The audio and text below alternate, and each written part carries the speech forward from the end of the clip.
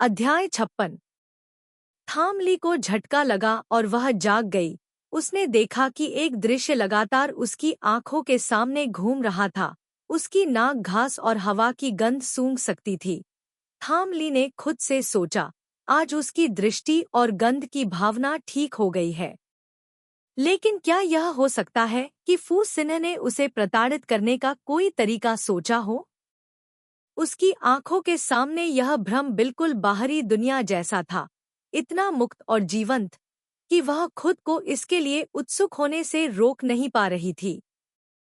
जाहिर है कि वह थोड़े समय के लिए ही कैद हुई थी, लेकिन शेन ली के लिए ये दृश्य पिछले जन्म की तरह थे।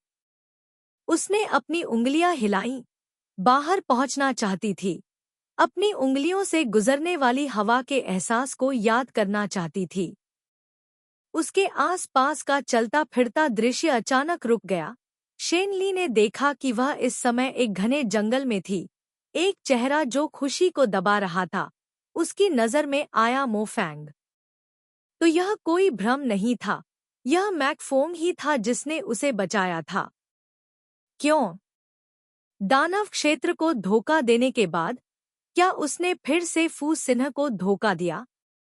उसके होंठ हिल रहे थे जैसे कि वह कुछ कह रहा हो, लेकिन इस समय थामली कुछ भी नहीं सुन पा रही थी। वह भी कुछ नहीं कह सकती थी। उसने बस अपना सिर हिलाया, धीरे से बल का उपयोग करके उस व्यक्ति को दूर धकेल दिया। उसकी कलाई पर लगी लोहे की काली कील अभी तक नहीं निकाली गई थी। बस इतना हल्का बल लगाने से शेन ली की सांस रुक गई।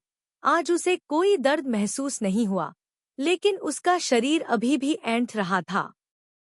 मो फैंग ने जल्दी से उसे नीचे उतारा, उसे पेड़ के सहारे बैठने दिया, फिर दोनों घुटनों के बल पर बैठ गया।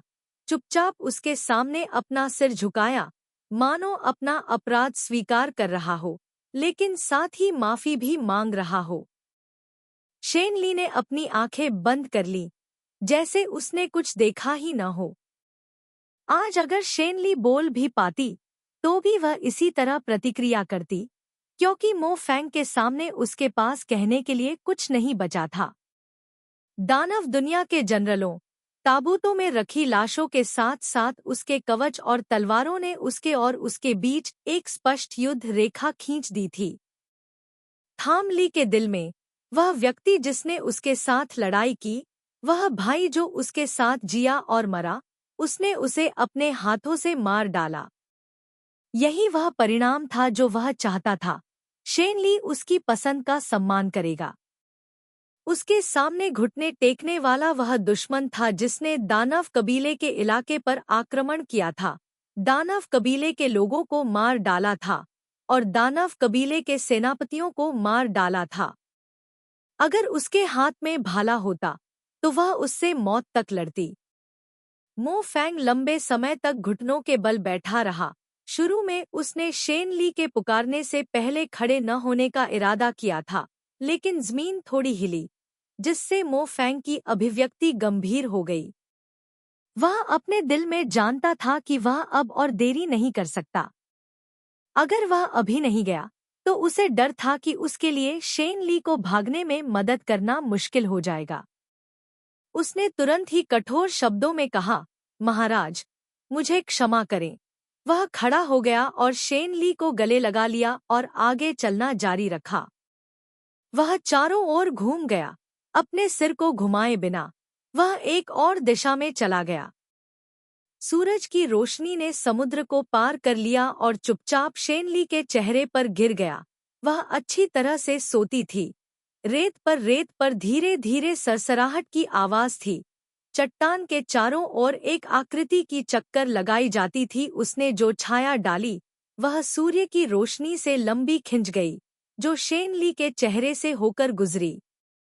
वह समुद्र की ओर कुछ कदम चला, जब अचानक उसका शरीर रुक गया और उसने अपना सिर घुमाया तो उसने देखा कि एक जानी पहचानी आकृति दो चट्टानों के बीच गहरी नींद में सो रही है। जिंगजी वहीं अचंभित खड़ा रहा, एक पल के लिए आगे बढ़ने में असमर्थ, जैसे कि उसे डर था कि अगर वह हिल गया, तो भ्रम तुरंत गायब हो जाएगा। यह तब तक नहीं था जब तक कि शेनली ने कुछ बार चकित होकर खांसना शुरू नहीं कर दिया और उसकी हरकतों से उसके सामने की हवा हिलने लगी। तभी जिंगजी को समझ में आया कि यह भ्रम नहीं था, बल्कि शेनली थी, जो अभी भी जीवित थी। वह आगे बढ़ा। उसके कदम थोड़े जल्दबाजी में थे, इसलिए उसने अपने कपड़ों के किनारे पर पैर रखा, लगभग गिरते हुए। लेकिन जब वह शेनली के पास पहुंचा, तो उसके कदम धीमे हो गए और वह उसके सामने आधे घुटनों के बल बैठ गया। शेनली, उसने अपना हाथ आगे बढ़ाया। उसकी उंगलियां उसके गालों को छू रही थीं। जलती हुई त्वचा उसके दिमाग को जला रही थी, जिससे उसके हाथ का दर्द उसके दिल में जल रहा था। उसने उसे जाने नहीं दिया। उसका पूरा हाथ थाम ली के चेहरे पर दबा हुआ था। उसने उसके गाल को उठाया और उसे धीरे से सहलाया। थाम ली। उसने उसे धीरे से पुकारा, मानो वह उसके नाम के अलावा बाकी सभी शब्द भूल गया हो। यह शेनली थी, दानव क्षेत्र की मृत्यु पीड़ित राजकुमार, वह महिला जो कभी वापस नहीं आ सकती थी। अभी भी जीवित शेनली। जलती हुई गर्मी फैल गई, लेकिन जिंगजी को इस दर्द के कारण खुशी महसूस हुई। उसकी सांस तेज हो गई। उसका माथा हल्के से शेनली के माथे से दबा। जिंगजी के प्रति उसका तापमान भी इतना गर्म था कि वह चाहता था कि वह तुरंत उसे छोड़ दे, लेकिन जिंगजी हंसा, जैसे कि वह अचंभे में था। उसने उसके सिर को अपने आलिंगन में दबा लिया। जलती हुई गर्मी में धीरे से हंसा, तुमने वास्तव में मेरी जान बचाई। उसने उसके कान में कुछ कहा, लेकिन थोड़ी देर बाद भी थामली नहीं जागी। उसकी सांसें बेहद कमजोर थी। जिंगजी ने धीरे से उसे अपनी नाड़ी लेने के लिए जाने दिया, लेकिन उसकी टकटकी उसकी कलाई पर गिर गई। काले लोहे की नाखून को उसकी हड्डियों के माध्यम से अभी भी छेदते हुए देखकर जिंगजी दंग रह गया। एक पल के लिए भी यह प्रतिक्रिया करने में असमर्थ था, जब तक कि वह नहीं जानता था कि वह झांसा देता है। उसका चेहरा भड़का हुआ। अंत में, तुमने खुद की देखभाल कैसे की? उसने शेनली के हाथ को देखने के लिए अपना सिर नीचे कर दिया। उसने छूने की हिम्मत नहीं की, लेकिन बिना छूने के वह उसकी चोटों को कैसे जान सकती थी? उसकी उंगलियों ने अपनी नरम हथेली को नीचे से छू लिया, लेकिन बस लाइट ट्विंच ने शेन के हाथों को छू लिया। गले में एक भारी कराह ने, उसके क्लेश दांतों और फुर्स्ट ब्रो ने उसके दर्द की बात की। जिंगजी का दिल कस गया। उसकी हथेली उसके हाथ में सफेद ठंडी हवा थी, और उसने शेनली की कलाई को गोल किया, और शेनली के चेहरे पर भाव तुरंत बहुत नरम हो गए। वह लगभग कभी किसी के सामने दर्द में नहीं रोती थी। अगर वह सपना नहीं देख रही होती, तो शायद ऐसी अभिव्यक्ति कभी सामने नहीं आती। जिंगजी का दिल गुस्से में था, और वह वास्तव में शेनली को सबक सिखाना चाहता था। यह राजा बी शांग हमेशा मजबूत अभिनय करता था, लेकिन दर्द के बाद भी थामली को गहरी नींद में सोते हुए देखकर, जैसे कि उसे इसकी आदत हो, वह अचानक से और गुस्सा नहीं कर पाया। बस उसे लगा कि उसका दिल कस गया है। खून ने उसके दिल के दर्द को उसके अंगों तक फैला दिया है, जिससे वह कुछ पल के लिए अपनी उंगलियों में कंपन पर नियंत्रण खो बैठा है। उसने अतीत में बहुत ही दयनीय जीवन जिया होगा। चूंकि कोई भी उसकी रक्षा नहीं करेगा, इसलिए उसके पास मजबूत होने के अलावा कोई विकल्प नहीं था। मैं तुम्हारी रक्षा करूंगा, वह धीरे से बोला। उसका हाथ शेनली के गाल को धीरे से सहला रहा था। उसकी आवाज में दृढ़ संकल्प था जो बीच में बोलने की अनुमति नहीं देता था। भविष्य में, चाहे स्वर्ग के परे स्वर्ग ढह जाए या 3 लोक नष्ट हो जाएं, मैं निश्चित रूप से आपकी रक्षा करूंगा। जैसे ही उसकी आवाज समाप्त हुई, उसने अचानक महसूस किया कि उसकी बाहों में व्यक्ति की सांसें भारी हो गई हैं। उसने अपना सिर हिलाया और जाग गई। शेनली की आंखें पूरी तरह से अंधेरी थी। वह कुछ भी नहीं देख सकती थी। उसके कान कुछ भी नहीं सुन सकते थे। लेकिन उसकी स्पर्श की भावना ने उसे बताया कि उसके सामने एक व्यक्ति था। उसकी गंध की भावना उस व्यक्ति पर समुद्र की तेज गंध को सूंघ सकती थी। मैं खुद जा सकती हूँ, उसने ठंडे स्वर में कहा। इस समय हम पहले से ही अजनबी हैं। अगर हम फिर से युद्ध के मैदान में मिलते हैं तो शेन ली निश्चित रूप से आप पर दया नहीं करेगा। अगर आप आज मुझे नहीं मारते हैं तो चले जाओ। सामने वाले व्यक्ति ने कोई जवाब नहीं दिया। बेशक भले ही दूसरा पक्ष आज जवाब दे, वह इसे नहीं सुनेगा। लेकिन सामने वाला व्यक्ति बिल्कुल भी नहीं हिलाता था। शेन ली इसे महसूस कर सकता था। मो फांग, अगर आप अभी भी पुरानी भावनाओं को याद करते हैं तो गो शेन ली का गौरव बहुत भारी था। इस क्षण में मो फांग को छोड़ने के लिए 7 भागों के कारण, अपने दुश्मन के रुख के कारण, 3 भागों को उसके गर्व के कारण, एक के बाद एक व्यक्ति के लिए नहीं था। और उसकी गर्दन के चारों ओर अपनी बाहों को लपेटा। शेन ली हैरान था। इससे पहले कि वह प्रतिक्रिया दे सके कि वह क्या करना चाहता था, उसकी कमर पहले से ही हाथ से पकड़ ली गई थी। दूसरे व्यक्ति ने उसे गले लगाया। दूसरे व्यक्ति ने उसे क्षैतिज रूप से उठाने के लिए बल का प्रयोग किया। उसके हाथों और पैरों पर लगे काले लोहे के टुकड़े उसकी हड्डियों से रगड़ खा रहे थे। लेकिन इस समय थाम ली इस स्थिति से और भी अधिक चौंक गई थी। वह और मैकफोंग कई बार युद्ध के मैदान में गए थे और कई बार ऐसा हुआ था जब वह घायल हो गई थी और उसे चलने में कठिनाई हो रही थी। मैकफोंग ने भी उसकी मदद की थी, उसका समर्थन किया था, उसे उठाया था और यहाँ तक कि उसे अपने कंधे पर भी उठाया था। लेकिन उसने कभी इस स्थिति की कोशिश नहीं की थी। इस तरह की मुद्रा उसने इसे केवल तब देखा था जब एक निश्चित जनरल अपनी पत्नी को दुल्हन के कमरे में ले गया था। इसलिए उसे इस मुद्रा से थोड़ी नापसंदगी थी। इस तरह से ले जाया जाना ऐसा था जैसे एक छोटी महिला के रूप में व्यवहार किया जा रहा हो, जिससे कोई शर्मिंदा महसूस कर रहा हो। शेन ली गुस्से में थी। उसने अपने शरीर की आखिरी ताकत का इस्तेमाल करते हुए चिल्लाया, कितना साहसी! इस राजकुमार को नीचे रखो। उस व्यक्ति ने परवाह नहीं की। केवल अब शेन ली को पता चला कि कुछ गड़बड़ है। मो फैंग ने उसके साथ ऐसा व्यवहार कब किया था? उसे धोखा देने के बाद भी उसने उसे बचाया, लेकिन वह अभी भी उसके प्रति सम्मानजनक था। कल जब वह चला गया तो उसने झुककर उसे सलाम किया। आज वह इतना बदचलन क्यों हो गया? शेन ली के दिल में अचानक एक अप्रिय विचार के साथ उठ खड़ा हुआ। मो फैंग ने उसे समुद्र तट पर डाल दिया। शायद पास में कोई मानव गांव या शहर था। आज इस आदमी ने उसके साथ ऐसा व्यवहार किया। क्या यह जंगली मछुआरे जैसा कोई असभ्य व्यक्ति हो सकता है या कुछ और? उस पर समुद्र की तेज गंध को सूंघते हुए शेन ली अपने विचारों के बारे में और भी निश्चित हो गई। फिर उसकी अभिव्यक्ति और भी बदसूरत हो गई। अब वह उसे इस तरह से पकड़ रहा था।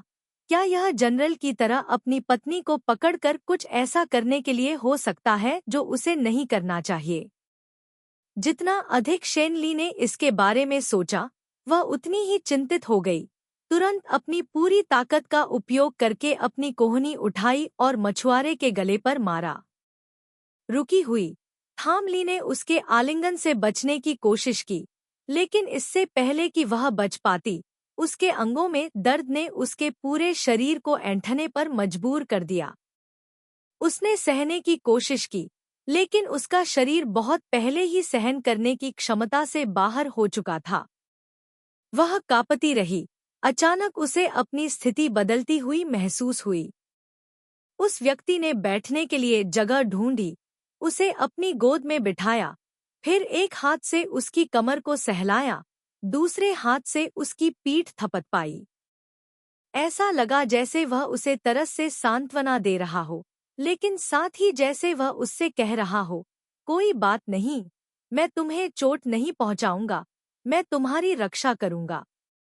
लेकिन मछुआरे की उंगलियों से आ रही कांपती हुई आवाज उसे महसूस करा रही थी कि यह मछुआरा भी बुरी तरह से खुद को रोक रहा है।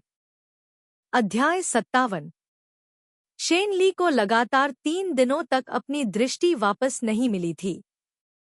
इससे पहले वह जेल में थी और वैसे भी उसे जंजीरों में जकड़ा गया था।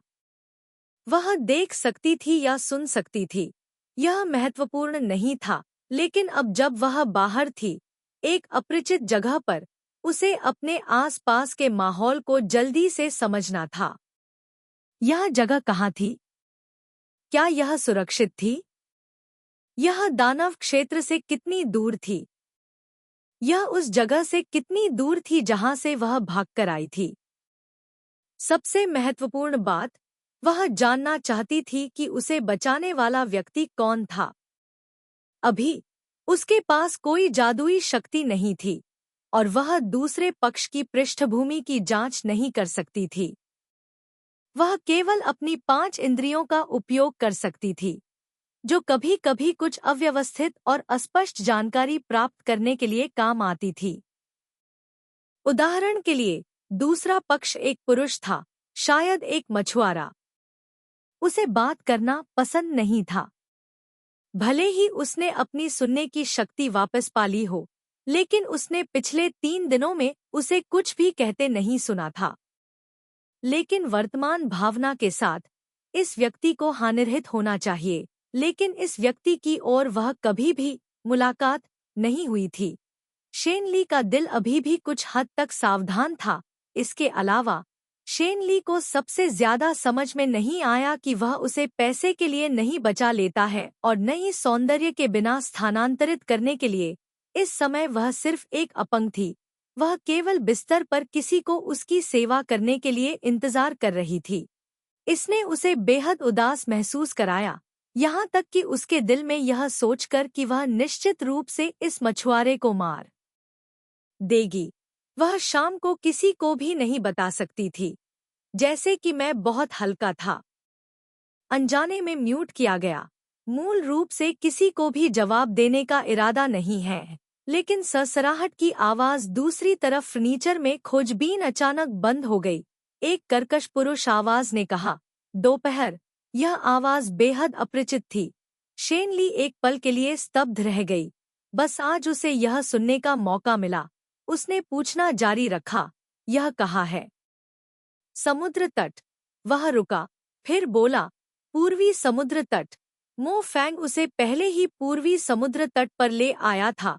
क्या यह हो सकता है कि वह अभी भी उम्मीद कर रहा था कि कोई उसे उठा लेगा?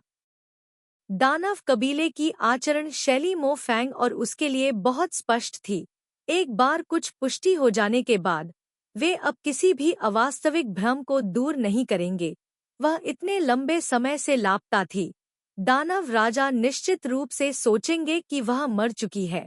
वे लोगों को उसकी तलाश करने के लिए क्यों भेजेंगे? और स्वर्गीय क्षेत्र, निश्चित रूप से कोई भी उसकी तलाश में नहीं आएगा। शेन ली को अचानक जिंगजी का ख्याल आया।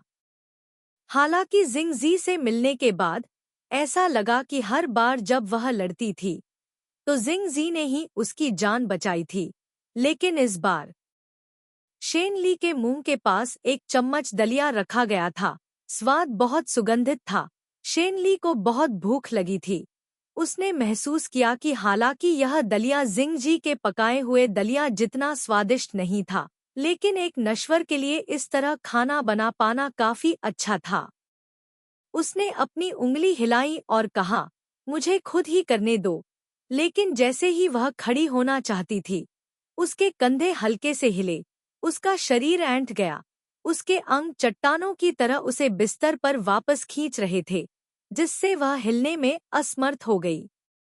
आज उसे कोई दर्द महसूस नहीं हुआ, लेकिन उसका दिल बेप्सी और पतन की भावना से भर गया। राजा बी शांग शेन ली ने पहले कभी इस तरह संघर्ष नहीं किया था। एक आह के साथ मछुआरे ने उसे दलिया खिलाया, एक और शब्द नहीं कहा। शेन ली ने चुपचाप मछुआरे द्वारा खिलाया गया सारा दलिया खा लिया। एक कटोरा खत्म करते हुए दूसरे पक्ष ने कहा, और खाओ। शेन ली लंबे समय तक चुप रही। उसने जवाब दिया, लेकिन सवाल का जवाब नहीं दिया। काले लोहे के ये 4 टुकड़े अंदर से बाहर तक जुड़े हुए थे। बाहर का काला लोहा अंदर के लोहे के कोर के चारों ओर लिपटा हुआ था। उस समय उन्होंने हड्डी के माध्यम से अंदर के लोहे के कोर में प्रवेश किया, फिर इसे बंद करने के लिए बाहर के काले लोहे का इस्तेमाल किया। ये दोनों चीजें कस गईं। एक छोर पर लोहे की जंजीर लगी हुई थी, जिससे मेरा बचना असंभव हो गया। उसकी आवाज उदासीन थी। उसके लहजे में कोई उतार चढ़ाव नहीं था, मानो जिस व्यक्ति की हड्डियां छेदी गई थी वह नहीं थी। पिछले कुछ दिनों से बाहर मौसम खराब है, लोहे के जोड़ ढीले हो गए हैं। मैं आपसे काले लोहे के इन 4 टुकड़ों को तोड़ने में मेरी मदद करने के लिए कहना चाहती हूँ। यह उस समय थोड़ा भद्दा लग सकता है, लेकिन अगर यह सफल होता है तो यह राजा बदले में आपकी एक इच्छा पूरी करेगा। दूसरे पक्ष ने लंबे समय तक जवाब नहीं दिया। शेनली अंधेरे में था, इसलिए वह उसकी अभिव्यक्ति नहीं देख सका और यह नहीं जानता था कि दूसरा पक्ष कैसे जवाब देना चाहता है। इसलिए उसे लगा कि प्रतीक्षा का समय लंबा हो रहा है। ठीक है, उसने संक्षिप्त उत्तर दिया, मानो उसने उससे भी बड़ा संकल्प लिया हो। अगर ऐसा है तो आज मुझे कोई दर्द नहीं हो रहा है। कृपया इसे तोड़ने में मेरी मदद करें। मछुआरे ने अपना सामान पैक किया, गर्म पानी का एक बेसिन लिया और उसे थामली के बिस्तर के बगल में रख दिया। फिर अपना हाथ उसकी कलाई पर रख दिया। थामलाई ने मुस्कुराते हुए कहा, मुझे उम्मीद नहीं थी कि आप अपने काम में इतने सावधान रहेंगे। क्या आप अभ्यास करना चाहते हैं? यदि आप अमर बनना चाहते हैं तो मेरे घाव के ठीक होने तक प्रतीक्षा करें और मैं आपको आपकी मदद करने का तरीका भी दिखा सकता हूँ। दूसरी पार्टी हल्के से हंसी। मैंने सोचा था कि अमर मार्ग उतना स्वतंत्र नहीं था जितना अब है। शेनली ने आह भरी। अमर अत्यंत स्वतंत्र है, वह व्यक्ति जो स्वर्गीय क्षेत्र में सबसे कम स्वतंत्र है। मुझे डर है कि केवल एक ही है। शेनली की कलाई पर रखी उंगली थोड़ा कांपने लगी। उस व्यक्ति ने कुछ और नहीं कहा। शेनली की कलाई से निकले काले लोहे के दोनों सिरों को पकड़ लिया और इसे मोड़ने की कोशिश की। लोहे का जोड़ वास्तव में ढीला था। अगर उसने थोड़ा और बल लगाया तो एक नश्वर इसे आसानी से तोड़ सकता था। मछुआरे ने इसे कुछ बार हिलाया और शेनली के माथे पर पसीना आ गया। उसने अपनी सांस को नियंत्रित करने के लिए अपनी आंखें बंद कर ली। जल्दी करो। उसे कोई दर्द महसूस नहीं हुआ, लेकिन उसके शरीर की भी अपनी सीमाएं थी। दूसरे पक्ष ने काले लोहे और लोहे के कोर को ढीला करने के लिए बल का इस्तेमाल किया और शेनली की पहले से ही पीली कलाई से खून की कुछ बूंदें टपकीं, जैसे कि खून सूखने वाला था। अगर उसने थोड़ी देर बाद भी इस चीज को बाहर निकाला तो वह शायद अपने अंगों का इस्तेमाल नहीं कर पाएगी। एक हाथ का काला लोहा बाहर निकाला गया और जमीन पर भारी होकर गिर गया। काला लोहा बहुत गर्म लग रहा था और जब वह जमीन पर गिरा तो उसने हल्की फुसफुसाहट की आवाज की और सफेद गैस ऊपर उठी, लेकिन फिर जल्दी से ठंडी हो गई। ऐसा लग रहा था कि उस व्यक्ति को यह महसूस ही नहीं हुआ और वह अपने नंगे हाथों से शेनली के दूसरे हाथ पर लगे काले लोहे को तोड़ने लगा। लेकिन इस समय शेनली का पूरा शरीर ऐंठ रहा था और इन विवरणों पर ध्यान देने का समय नहीं था। उसने महसूस किया कि उसके शरीर में खून बहुत तेजी से बह रहा था। उसका दिल इतनी तेजी से धड़क रहा था कि ऐसा लग रहा था कि वह फटने वाला है। उसके फेफड़ों को सांस लेने में कठिनाई हो रही थी और उसका दिमाग धीरे धीरे अस्त व्यस्त होता जा रहा था और मूल रूप से अंधेरी दुनिया में अचानक कई अराजक दृश्य दिखाई देने लगे। उसे ऐसा लग रहा था कि जब वह छोटी थी तब दानव राजा उसे भाला तकनीक और जादू सिखा रहा था, लेकिन उनके बगल में एक भयावह आंख देख रही थी। शेनली घबरा गई और 2 कदम पीछे हट गई।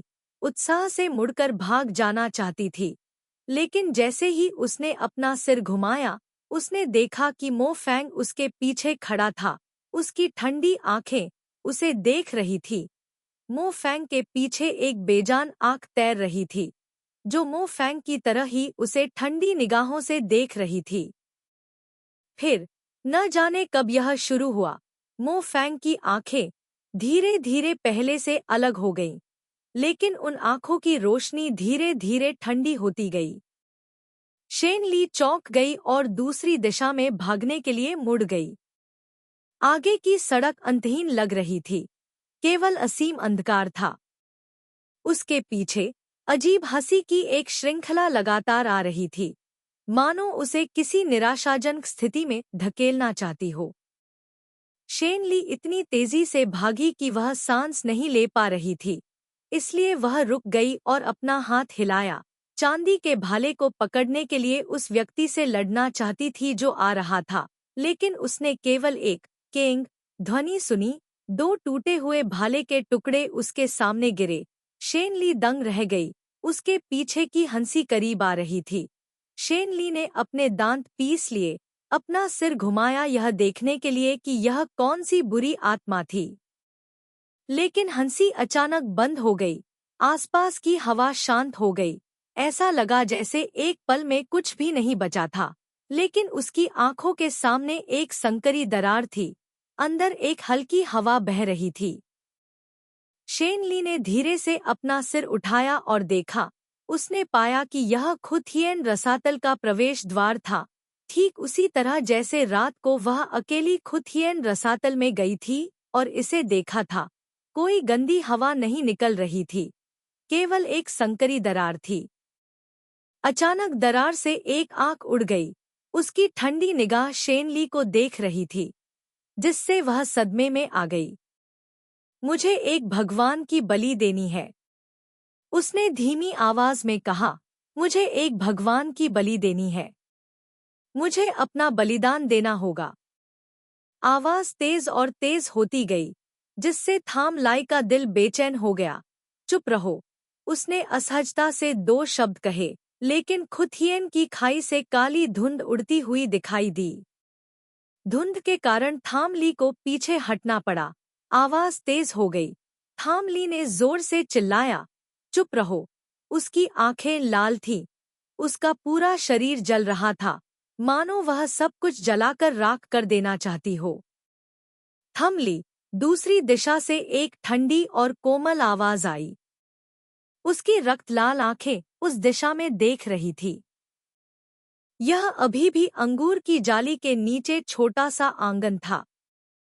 नीली शर्ट और सफेद पैंट पहने हुए आदमी सफेद बांस की कुर्सी पर लेटा हुआ था। उसकी ओर हाथ बढ़ा रहा था। आओ, धूप सेंक लो, उसने इतनी सरलता से बात की, जैसे कि वह अपने स्थान पर अराजक दृश्य को देखती है। अजय, वह व्यक्ति सफेद कपड़ों में बदल गया था और उसके सामने चला गया था। फिर मुस्कुराया और उसे अपनी बाहों में गले लगाया। उसने धीरे से उसे पीठ पर थपथपाया, उसे आराम दिया जैसे वह एक बच्चे को आराम दे रहा था। मैं बहुत शक्तिशाली हूँ। यह ठीक है कि वह शेन ली की आंखों में है।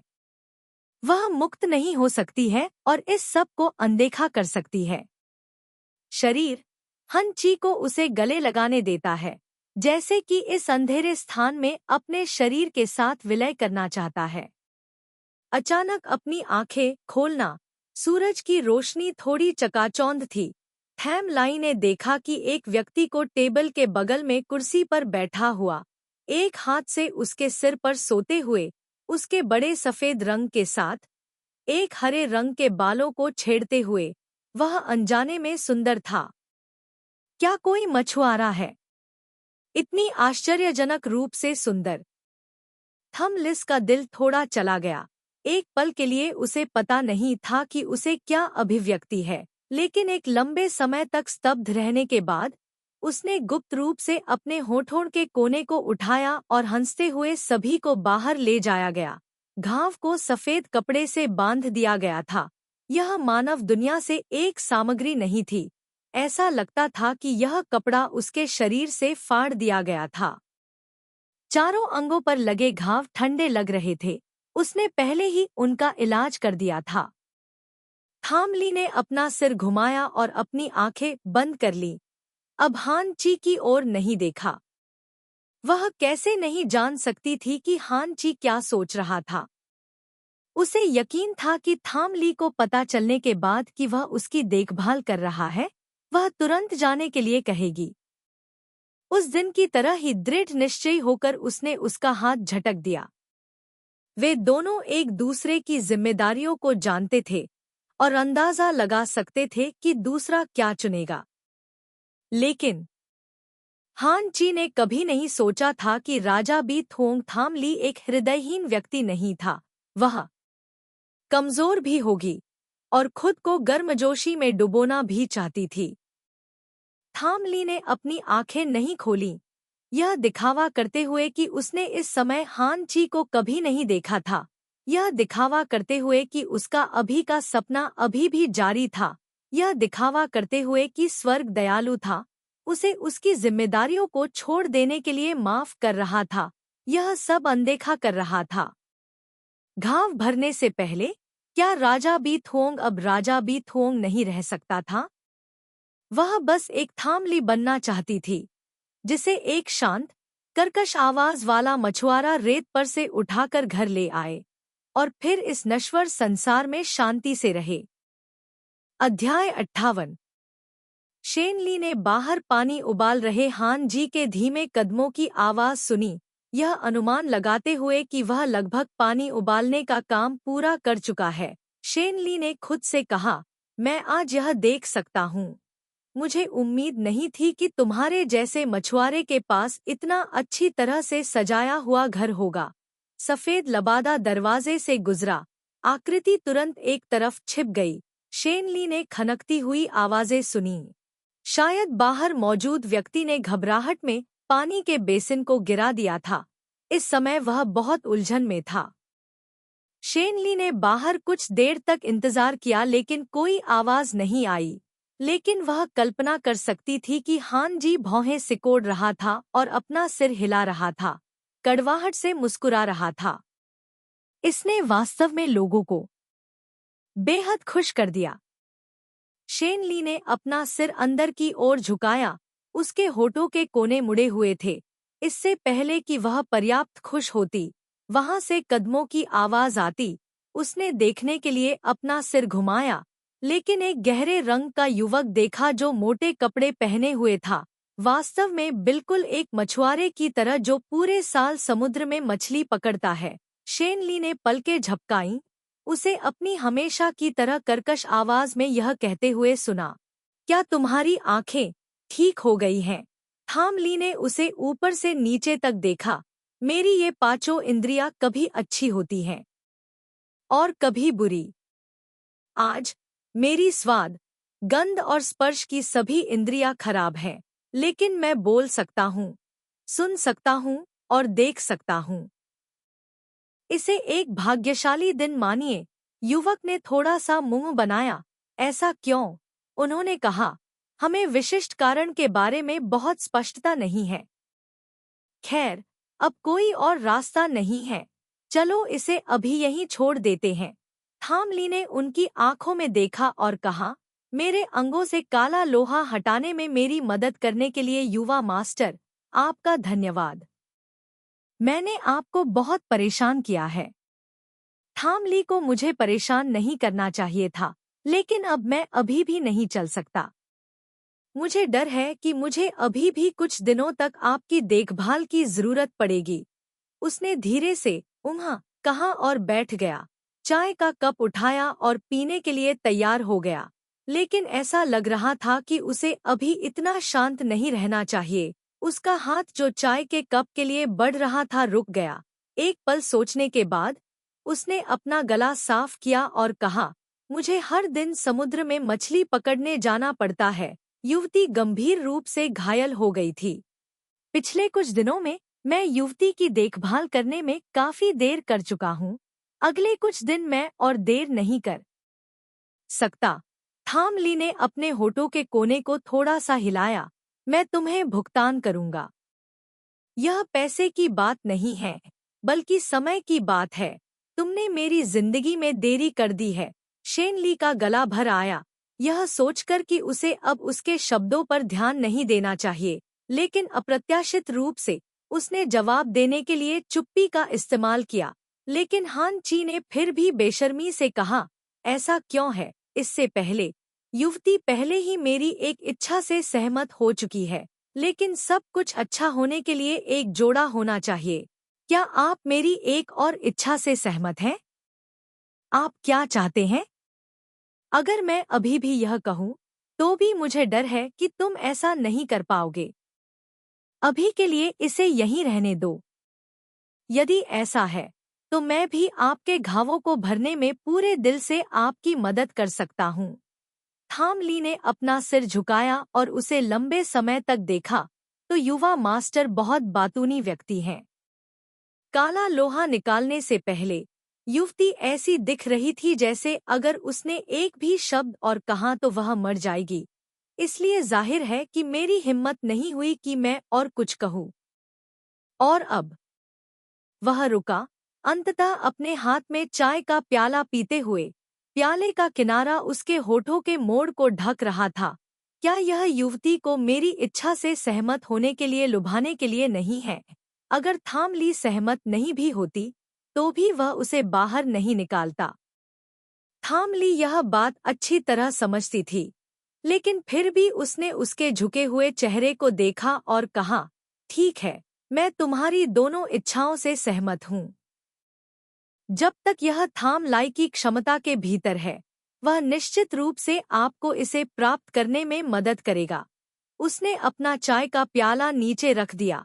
उसके होठों का घुमाव वही रहा, लेकिन वह सिर्फ एक पल के लिए मुस्कुराया।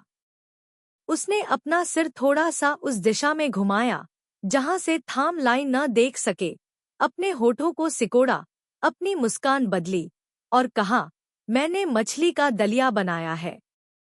क्या आप इसे आजमाना चाहेंगी, मिस? शेनली ने सिर हिलाया। हालांकि आज उसके लिए मछली का दलिया खाना या ठंडा पानी पीना कुछ भी महसूस नहीं कर रहा था। इस छोटे से घर में कुछ समय तक रहने के बाद शेनली के अंग बहुत बुरी तरह से घायल हो गए थे। ठीक होने की गति भी सामान्य से बहुत धीमी थी। उसकी पांचों इंद्रियां अभी तक ठीक नहीं हुई थी। उसने खुद से कहा कि जल्दबाजी न करे, लेकिन हर बार जब वह खाती थी, तो किसी को उसे खिलाना पड़ता था। वह फू शेंग से बेहद नफरत करती थी। इससे भी महत्वपूर्ण बात, मुझे शौचालय जाना है। यह कहते हुए शेनली की आवाज कठोर हो गई। दरअसल उन्होंने पहले भी कई बार ऐसा किया था, बस पहले वह नहीं जानती थी कि जिंगजी है। शेनली उसे केवल एक साधारण मछुआरा समझती थी। जब घाव ठीक हो जाता तो वह उसे मार देती, लेकिन अब जब वह जानती थी कि यह जिंगजी है, तो सबसे पहले, भले ही वह ठीक हो जाए, वह उसे नहीं मार सकती थी। दूसरा, वह चाहे कुछ भी हो, उसे शर्म आती है। तीसरा, हानची, वह एक दिव्य राजा है, दूसरों को उसकी पूजा करनी चाहिए, उसे किसी के लिए ऐसा नहीं करना चाहिए। जबकि थामली अभी भी अपने विचारों से जूझ रही थी। हान ची को इसकी आदत लग गई थी और उसने दीवार के कोने में रखा हुआ चैम्बर पॉट निकाल लिया। उसने थामली को उसके वर्तमान शरीर के अनुरूप इसे संशोधित करने में विशेष रूप से मदद की थी, ताकि वह उस पर बैठ सके। हान ची ने थामली के कंबल में हाथ डाला, उसकी बेल्ट खोली, फिर उसकी पैंट उतारी। थामली की शर्ट लंबी थी। उसने उसकी शर्ट को कंबल में एडजस्ट किया, फिर उसे कंबल से क्षैतिज रूप से उठाकर पॉटी पर बिठाया ताकि वह मजबूती से बैठ सके। अंत में जब वह बाहर निकला तो उसका चेहरा अपरिवर्तित रहा। थामली वहां बहुत देर तक अपनी भावनाओं को एडजस्ट करती रही, फिर खुद को शांत किया। लेकिन अंतिम निपटारे में वह हान ची को ऐसा करने देने की बजाय मरना पसंद करेगी। घाव के फटने से होने वाले दर्द को अनदेखा करते हुए उसने खुद ही यह काम किया, फिर अपना सिर झुकाया और चिल्लाई, यह हो गया। हान ची बाहर से अंदर आया और पहले जो हुआ था उसके विपरीत काम किया। जब उसने थाम ली को कंबल से ढक दिया तो उसने देखा कि उसकी कलाई खून से लथपथ थी।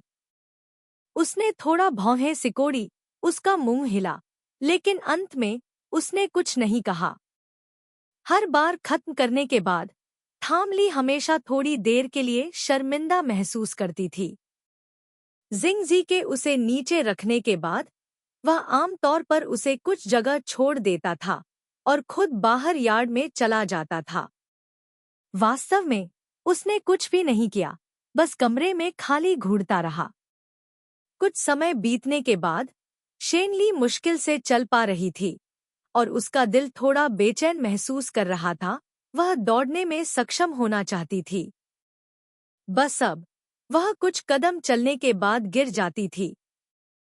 जिन दिनों उसे स्पर्श की कोई अनुभूति नहीं होती थी, वह भाग्यशाली थी कि उसे दर्द नहीं होता था और वह उठकर चलना जारी रख सकती थी।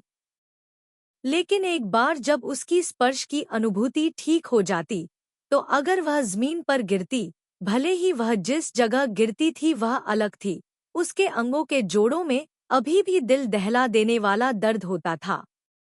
भले ही वह इसे सहन कर लेती, फिर भी वह लंबे समय तक जमीन पर कांपती रहती। लेकिन हर बार जब वह घर में चलने का अभ्यास करती, तो वह ऐसा समय चुनती जब जिंगजी आसपास न हो। वह पहले से ही संघर्ष कर रही थी। वह दूसरों के सामने किसी भी तरह से संघर्ष नहीं करना चाहती थी, विशेष रूप से हान जी के सामने। मेज पर रिपोर्ट, उसे पता चला कि उसकी उंगलियां उसके नियंत्रण में नहीं थी। उसने अपनी सारी ताकत का इस्तेमाल बर्तन के हैंडल को हड़पने के लिए किया था, लेकिन अंत में वह अभी भी इसे समझ नहीं पा सकती थी कि वह अपने उंगलियों के लचीलेपन को ठीक कर रहा है। वह पूरी तरह से चाय की तरह है, चाय का कप पकड़ने के लिए, लेकिन फिर भी सफल नहीं हो सकता। अगर यह इस तरह से जारी रहा तो वह भविष्य में एक भाला कैसे रखेगा? वह अपने कबीले की रक्षा कैसे करेगी? उसने अपने हाथ से अपने पास रखे चाय के प्याले को जमीन पर गिरा दिया। टूटने की आवाज बहरा कर देने वाली थी। दरवाजे के बाहर से तेज कदमों की आवाज आई। थाम ली नाराज थी। उसने अपना हाथ हिलाकर टेबल पर रखी हर चीज को दूर कर दिया। चले जाओ। जैसे ही दरवाजा खुला, चाय का प्याला दरवाजे के फ्रेम पर गिर गया। टूटे हुए मिट्टी के बर्तन का एक टुकड़ा उस व्यक्ति की आंख की हड्डी को चीरता हुआ निकल गया। खून तुरंत बह निकला। लेकिन हान ची ने भौहें नहीं सिकोड़ी, बल्कि कुछ कदम आगे बढ़कर जमीन पर गिरने वाली थाम ली को पकड़कर उसे बिस्तर के पास बैठने में मदद की।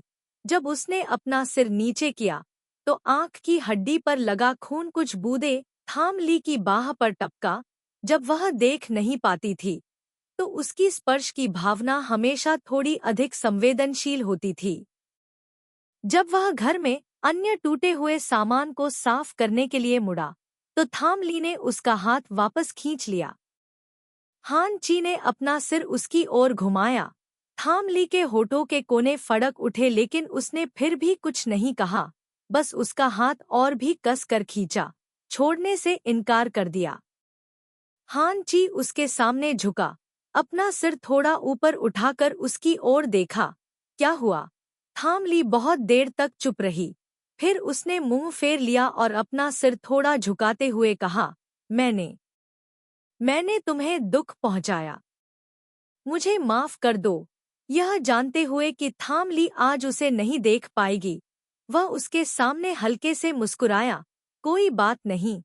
यद्यपि उसने ऐसा उत्तर दिया, फिर भी थाम लाई ने उसे जाने नहीं दिया। मेरे शरीर के कारण मैं हाल ही में थोड़ा गुस्सैल स्वभाव का हो गया हूँ।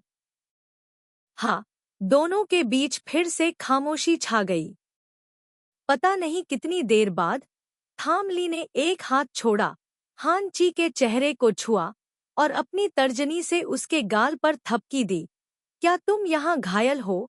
हान ची ने थाम ली की उंगलियों को अपने चेहरे पर जो चाहे करने दिया, लेकिन उसकी ओर इशारा करने के बजाय उसने बस अपनी आंखें सिकोड़ ली और मुस्कुराते हुए कहा, नहीं, यहाँ गलत, यहाँ यह सही नहीं है। यह महसूस करते हुए कि वह उसे चिढ़ा रहा है, थामली थोड़ा क्रोधित हुई। उसने जोर से धक्का दिया। यहाँ उंगली गीली महसूस हुई और हान ची की घुरघुराहट सुनाई दी। थामली ने अपना हाथ वापस खींच लिया। माफ करना, मैंने तुम्हारी आंख पर चोट कर दी। हान ची ने आह भरी और अपना हाथ उसकी आंख की हड्डी पर रख दिया। यह यहाँ है। ऐसा लग रहा था कि काफी खून निकला है। थामली ने पूछा, क्या दर्द हो रहा है? हान ची एक क्षण के लिए चुप रहा, फिर सिर हिलाया। यह दर्द कर रहा है, चाकू से काटने की तरह। बर्फीली ठंड के दर्द के बाद आग की तरह जलन वाली पीड़ा होती है, ठीक वैसे ही जैसे मेरे दिल में भावना थी। थामली चुप हो गई। मैं अपनी पूरी कोशिश करूंगी अपने गुस्से पर काबू रखने की। नियंत्रण की कोई आवश्यकता नहीं है। हान ची ने धीरे से कहा, जब आप यहाँ हैं तो आपको खुद पर नियंत्रण रखने की जरूरत नहीं है। वह चाहता था कि वह जो चाहे कर सके। अपना गुस्सा निकालने के बाद शेनली ने शांति से इस बारे में सोचा। जबरदस्ती करना बेकार था। वह अब भी हर दिन अभ्यास करती रही, लेकिन पहले की तरह अधीर नहीं थी। इस तरह अभ्यास करने से उसका शरीर थोड़ा तेजी से ठीक हो गया, लेकिन उसकी पांचों इंद्रियां अभी भी कभी अच्छी और कभी बुरी थी। जब उसे स्पर्श की कोई भावना नहीं थी तो वह देखने और सुनने की ओर झुकी। जब उसे सुनने की कोई भावना नहीं थी तो उसकी स्पर्श की भावना को अधिक संवेदनशील होने के लिए प्रशिक्षित किया गया। कुछ ही समय बाद उसकी पांचों इंद्रियां अप्रत्याशित रूप से तेज हो गई। शेनली के लिए यह एक खोए हुए घोड़े की तरह था। आखिरकार एक दिन शेनली को अब मेज और कुर्सियों को पकड़ने की जरूरत नहीं थी। वह स्थिर रूप से चल सकती थी। वह अचानक बाहरी दुनिया को देखना चाहती थी। बिना किसी चेतावनी के उसने दरवाजा धक्का दिया और बाहर चली गई।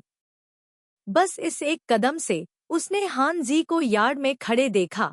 उसने कुछ नहीं किया, बस समुद्र के किनारे रहने वाले एक युवक की आड़ में धूप में खड़ा था, चुपचाप उसे देख रहा था। वह कभी नहीं गया था। हमेशा उसके साथ रहने के लिए इस मौन विधि का उपयोग करता था। मुझे भूख लगी है, थामली ने ऐसा कहा। मैंने मछली का सूप पकाया। बातचीत बहुत सामान्य थी, लेकिन इस दिन से लोगों के दिलों को गर्म कर दिया गया। हमेशा उस पर समुद्र की गड़बड़ी की गंध हो सकती है। अगर स्वर्गीय क्षेत्र की यादें, तो उन्होंने केवल एक नश्वर को करने पर ध्यान केंद्रित किया। सुबह हान जी के जाने का इंतजार करने के बाद वह कुछ बार यार्ड के चारों ओर घूमी। उसे लगा कि यह बहुत उबाऊ था। वह दरवाजे से बाहर निकल गई, यह देखने के लिए कि आसपास के मछुआरे आमतौर पर कैसे मछलियां पकड़ते हैं।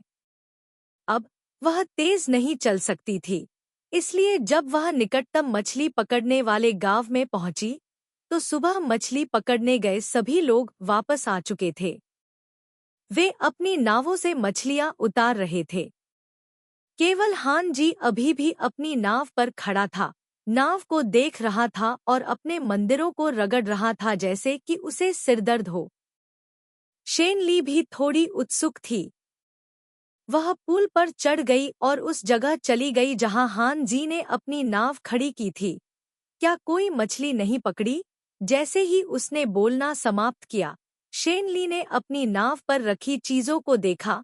पूरी नाव मोतियों और दुर्लभ खजानों से भरी थी, लेकिन उनमें से कोई भी खाया नहीं जा सकता था। शेनली ने अभी तक अपनी जादुई शक्ति को पुनः प्राप्त नहीं किया था, इसलिए उसने हान ची के शरीर पर दिव्य आभा का पता नहीं लगाया। लेकिन ड्रैगन किंग कोई मूर्ख नहीं था। यह जानते हुए कि दिव्य राजा अपने समुद्र पर अपना जाल फैला रहा था, वह उपहार देने का यह अच्छा अवसर कैसे छोड़ सकता था। यह सोचकर कि हान ची के जाल में फंसी मछली भी ड्रैगन किंग द्वारा खींच ली जाएगी, इन चीजों के ढेर के बदले में शेनली जोर से हंसने से खुद को रोक नहीं सका। हान ची पहले तो दुखी था, लेकिन शेनली को मुस्कुराते हुए देखकर उसने भी अपनी आंखें टेढ़ी की। तुम यहाँ क्यों आए हो? मैं देखना चाहता हूँ कि मछली पकड़ना कैसा होता है। थाम लाई ने बिना मछली वाली नाव की ओर इशारा करते हुए कहा, लेकिन ऐसा लगता है कि आपने आज कोई मछली नहीं पकड़ी। हान ची ने सिर हिलाया, यह सही है, मैंने आज जानबूझकर ये चीजें पकड़ी। यह व्यक्ति एक बार भी बिना हिचकी लिए झूठ बोलता है। थामली पुल पर बैठ गया। मैं इतने सारे खजाने देख रहा हूँ, क्यों ना मैं उनमें से कुछ ले लूं और उन्हें बेच दूं। हान ची ने अपना सिर हिलाया, केवल कुछ क्लैम उठाए, बहुत सारे हैं, उन सभी को ले जाना बेकार है। आज दोपहर में उन सभी को समुद्र में फेंक दूंगा। नहीं, शेन ली ने उसे आवाज लगाई, मुझे कुछ चुनने दो। वह जल्दी से नाव में कूद गई। जिंगजी उसे सहारा देने के लिए आया। इस समय उसके पीछे मछुआरे जल्दी जल्दी चल रहे थे। किसी ने ध्यान नहीं दिया और शेन ली से टकरा गया। शेन ली तुरंत आगे बढ़ी। उसका सिर जिंगजी की छाती से टकराया। उसने उसे कसकर गले लगाया, छाती से छाती तक, लगभग दूसरे व्यक्ति की दिल की धड़कन को महसूस करने में सक्षम। इस आलिंगन ने लोगों को बेहद गर्म और सुरक्षित महसूस कराया, बिल्कुल उस सपने की तरह। अध्याय 59। गले लगना बहुत वास्तविक था। दिल बहुत तेजी से धड़क रहा था। शेन ली को उसकी दिल की धड़कन से झटका लगा। वह चौंक कर जाग गई। उसने हान ची को दूर धकेलने के लिए बल का इस्तेमाल किया, लेकिन वह लगभग पीछे मछली पकड़ने के जाल में फंस गई। हान ची ने उसे वापस पकड़ने के लिए हाथ बढ़ाया। उसकी आवाज में थोड़ा विलाप था। अगर तुम इतनी जल्दबाजी में हो, तो क्या होगा अगर तुम पानी में गिर जाओ? क्या तुम्हें किसी के आने का इंतजार करना होगा जो तुम्हें बचाए? जैसे ही उसने बोलना समाप्त किया, हान ची स्तब्ध रह गया। उसने अपना सिर घुमाया और कुछ बार अस्वाभाविक रूप से खांसा। शेन ली ने न सुनने का नाटक किया, केवल दुर्लभ खजाने को देखने के लिए अपना सिर नीचे किया और कहा, मैं विनम्र नहीं रहूंगा, मैं खुद ही चुनूंगा। हान ची ने शेन ली की साइड प्रोफाइल को थोड़ा आश्चर्य से देखा, फिर उसकी आंखें नरम हो गईं। ठीक है, अगर तुम्हें यह पसंद है, तो मैं यह सब तुम्हें दे दूंगा। मैं इसे वापस नहीं करूंगा। शेन ली के रोमेटिंग हाथ ने रोका। एक गोल सफेद पत्थर था जो जेड की तरह दिखता था, लेकिन यह थोड़ा साधारण लग रहा था। क्लैम्स, लेकिन कुछ वाक्यों के लिए एक ईमानदार मछुआरे से बात करने के बाद एक अजीब आवाज बगल से आई, इस युवक ने एक और क्लैम पकड़ा है। वह आगे बढ़ा, ईमानदार मछुआरे को घूरता हुआ। मछुआरे के हाथ में जो मछली थी, वह सब हान ची को देने ही वाली थी, लेकिन इस तरह घूरे जाने पर मछुआरे ने अपना हाथ पीछे खींच लिया। दूसरे व्यक्ति ने मछुआरे को धक्का दिया और तिरस्कारपूर्वक कहा, जाओ, अंधे हो, मेरा रास्ता रोक रहे हो। मछुआरे ने जल्दी से मछली ले ली। हान ची को देखा जैसे माफी मांग रहा हो और जल्दी से चला गया। तभी हान ची की नजर उस व्यक्ति पर पड़ी। उसने कुछ नहीं कहा, बस मुस्कुराया, लेकिन उसे अपनी कमर हिलाते हुए कहते हुए देखा, शायद तुम मुझे नहीं जानते, मैं गांव के मुखिया वांग बाव का सबसे बड़ा बेटा हूँ। मैंने उस छोटे भाई को हर दिन पुरुषों के लिए मछली बदलते देखा। मुझे लगा कि शायद तुम्हें पुरुष पसंद नहीं है। संयोग से मेरे पास यहाँ काफी मछलियाँ हैं, तुम बस मेरे साथ बदल सकते हो। यह जगह, ओह, और आपकी नाव पर भी। यह सब मुझे दे दो। कोई बदलाव नहीं। हान जी ने उदासीनता से कहा, मैं इसे फेंक देना चाहता हूँ। उसके शब्द वास्तव में सत्य थे, लेकिन वांग बाव के कानों के लिए उसका अर्थ कुछ और था। उसने अपनी आवाज थोड़ी ऊंची की, कितना साहसी, मैं गांव के मुखिया झू का सबसे बड़ा बेटा हूँ। तुम उन खजानों को फेंक देने के बाद मुझे क्यों नहीं दे देते? आप मेरे बारे में क्या सोचते हैं? मेरे साथ आपकी राय ऐसी है जैसे गांव के मुखिया के साथ आपकी राय हो।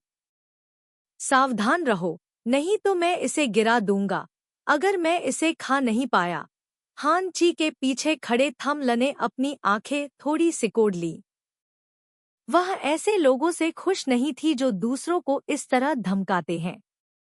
जैसे ही वह उसे डांटने वाली थी, हान ची ने उसका हाथ पकड़ लिया और ऐसा अभिनय किया जैसे कि उसने अपने सामने घमंडी और दबंग व्यक्ति को नहीं देखा हो। उसने थाम ली को खींच लिया। वोंग बाओ गुस्से में था। वह हान ची को रोकने के लिए आगे बढ़ा। रुको, क्या आप बॉस को आपसे बात करते हुए नहीं सुन सकते? जैसे ही उसने बोलना समाप्त किया, उसकी नजर शेनली पर पड़ी जो जिंगजी के पीछे खड़ी थी। आज शेनली ने वह सफेद खुरदुरा कपड़ा पहना हुआ था जो जिंगजी ने उसे दिया था। चूंकि वह घायल थी, इसलिए उसके शरीर पर जानलेवा आभा काफी कम हो गई थी। उसका चेहरा थका हुआ था और वह कमजोर दिख रही थी। उस व्यक्ति की आंखें अचानक चमक उठीं और उसने शेनली को ऊपर से नीचे तक देखा। तुम्हारे जैसे अज्ञानी व्यक्ति के लिए पत्नी पाना काफी बड़ी बात है, शेनली ने व्यंग्य किया। अगर वह घायल न हुई होती तो यह घमंडी व्यक्ति बहुत पहले ही उसके पैरों तले कुचल दिया गया होता। तुम्हारी दृष्टि काफी अच्छी है। हान ची की आवाज उदासीन थी लेकिन सामान्य से थोड़ी ठंडी थी। थाम ली भी इसे महसूस कर सकती थी।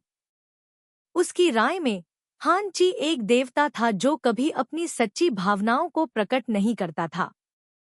कभी-कभी जब वह करता था तो वह अपनी भावनाओं को दूसरों को बताना चाहता था। लेकिन इस समय शेनली ने संवेदनशीलता से पाया कि जिंगजी की भावनाएं तर्क से प्रकट नहीं हुई थी।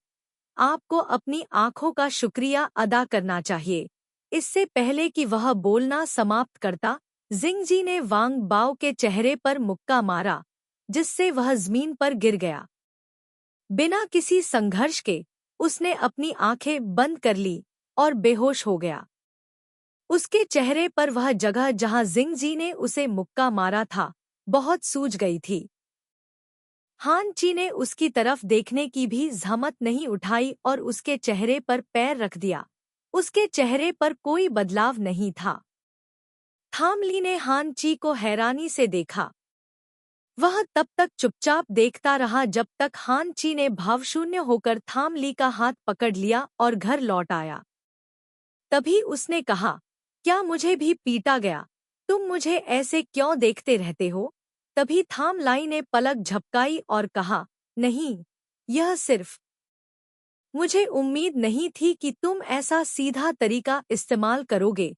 हान ची, वह ऐसा व्यक्ति नहीं है जो किसी के पीठ पीछे ऐसी गुप्त चाल चलता हो। हान ची रुक गया। उसकी आंखों की गहराई में कुछ जटिल भावनाएं चमक उठीं। थोड़ी देर तक सहने के बाद उसने अपना सिर थाम लाई को देखने के लिए घुमाया। वह तुम्हें नीची नजर से देखता है। थाम लाई थोड़ा रुका। चलो बस इतना ही कहते हैं। यदि यह तुम होते तो तुम इसे कैसे संभालते? उसे बेहोश कर दो और बात खत्म। यदि ऐसा है तो मैं बस वही तरीका चुनूंगा जो तुम चुनोगे। उसने अपना सिर दूसरी ओर घुमाया और खांसने लगा। पहचाने न जाने पर थोड़ा दुखी लग रहा था।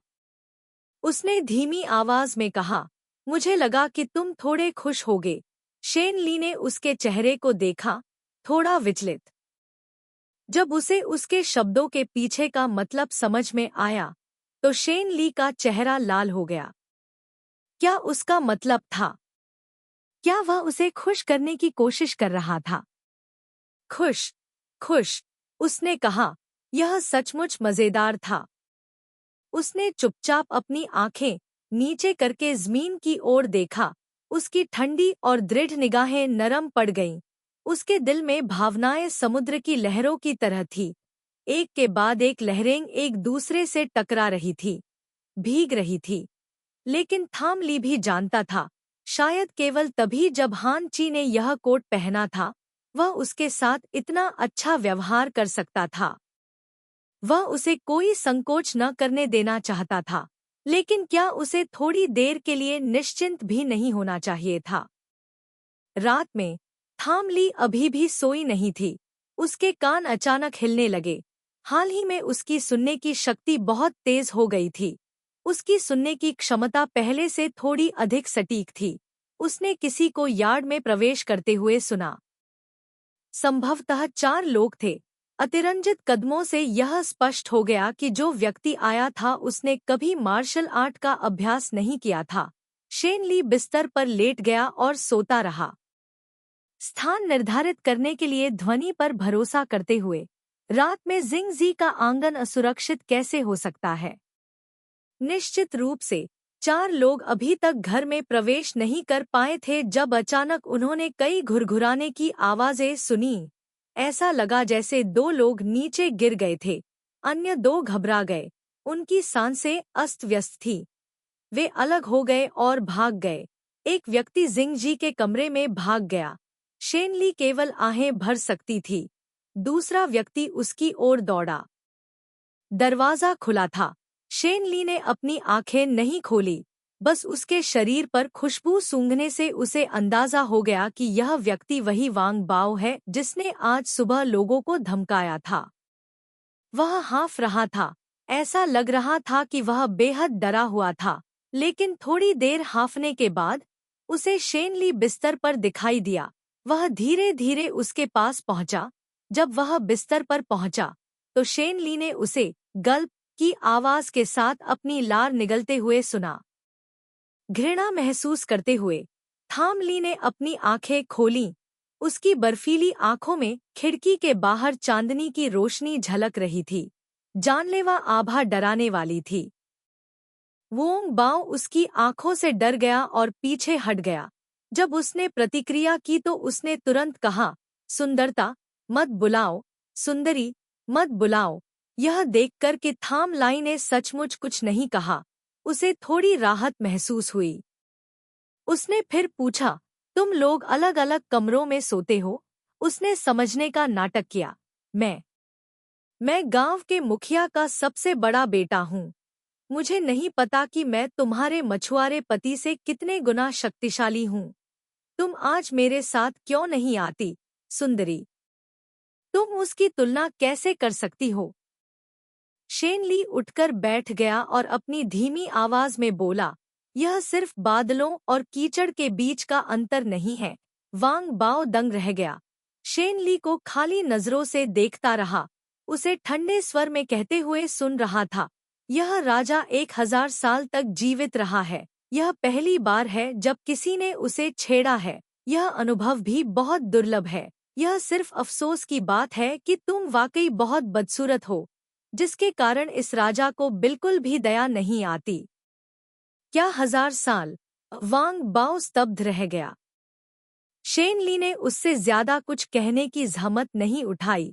खड़ी हुई और उसे थप्पड़ मारने के लिए हाथ हिलाया। हालांकि उसकी चोट अभी पूरी तरह से ठीक नहीं हुई थी।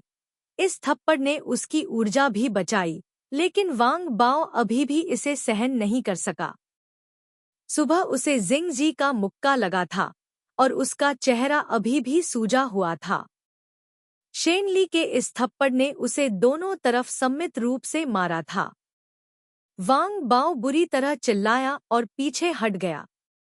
शेनली उसे आसानी से जाने देने को तैयार नहीं थी। वह उसे वापस खींचने के लिए आगे बढ़ी, लेकिन एक पल की असावधानी में उसने उसकी बेल्ट पकड़ ली। वांग बाओ को इधर उधर घसीटा गया। उसकी बेल्ट शेनली के हाथों में आ गई। उसकी पैंट नीचे गिर गई और उसके पैर उजागर हो गए। शेनली का ऐसा करने का इरादा नहीं था, लेकिन उसने वांग बाओ को चिल्लाते हुए सुना, एक सुंदरी इतनी अधीर क्यों है? थामली के मुंह का कोना फड़क उठा। अचानक उसे लगा कि उसकी आंखों के आगे अंधेरा छा गया है। एक ठंडे हाथ ने उसकी आंखों को ढक लिया है। पीछे खड़े आदमी ने आह भरी, यह गंदा है, मत देखो।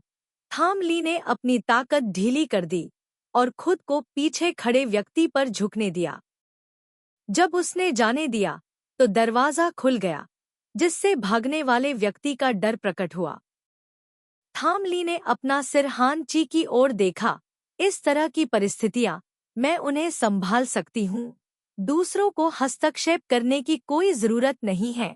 हान ची मुस्कुराई, मुझे पता है, लेकिन आप अस्थायी रूप से उन्हें संभालने का विकल्प नहीं चुन सकते हैं, क्योंकि वह उसकी मदद करेगा।